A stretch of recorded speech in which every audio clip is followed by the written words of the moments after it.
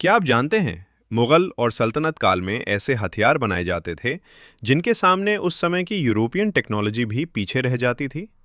ये सिर्फ तलवारें नहीं थीं, ये थे साइंस, इंजीनियरिंग और रणनीति का खतरनाक मेल।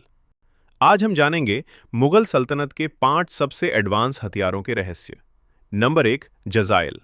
आम बंदूक नहीं थी। ये जजाइल एक भारी और लंबी बंदूक थी जिसे पहाड़ों और किलों से इस्तेमाल किया जाता था। इसकी रेंज इतनी ज्यादा थी कि दुश्मन समझ ही नहीं पाता था कि हमला कहां से हुआ। इसे चलाने के लिए खास ट्रेनिंग चाहिए होती थी और इसका बैरल हाथ से नहीं, जमीन पर टिकाकर फायर किया जाता था। ये उस दौर की स्नाइपर टेक्नोलॉजी थी। 2, मुगल तोपें। सिर्फ ताकत नहीं, गणित भी।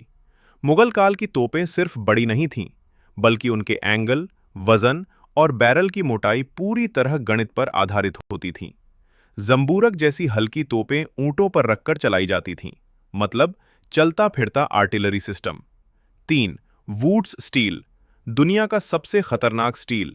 भारत में बना वुड्स स्टील इतना मजबूत होता था कि इससे बनी तलवारें बिना टूटे मुड़ जाती थीं।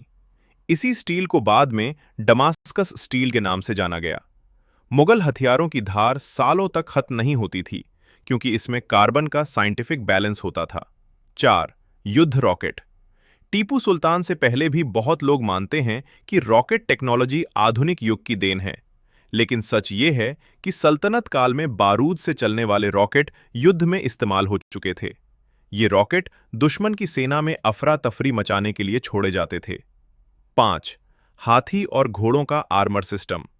युद्ध में सिर्फ सैनिक नहीं, हाथी और घोड़े भी अहम भूमिका निभाते थे। उनके लिए खास मेटल आर्मर बनाए जाते थे ताकि तीर और तलवार का असर कम हो जाए। ये उस दौर का मिलिट्री बायो इंजीनियरिंग था। आउटरो। मुगल सल्तनत सिर्फ इमारतों के लिए नहीं, बल्कि अपनी एडवांस साइंस और इंजीनियरिंग के लिए भी जानी जाती थी।